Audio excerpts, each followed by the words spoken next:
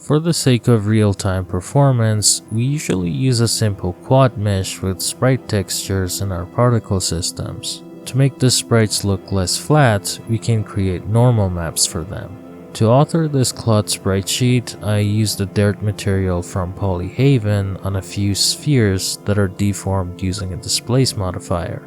I rendered it with transparency and the normal pass enabled.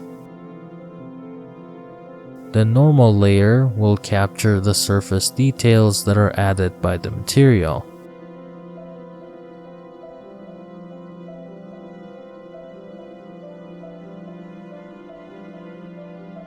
I also rendered the normal of the geometry, which gives us the overall shape of each of these clods.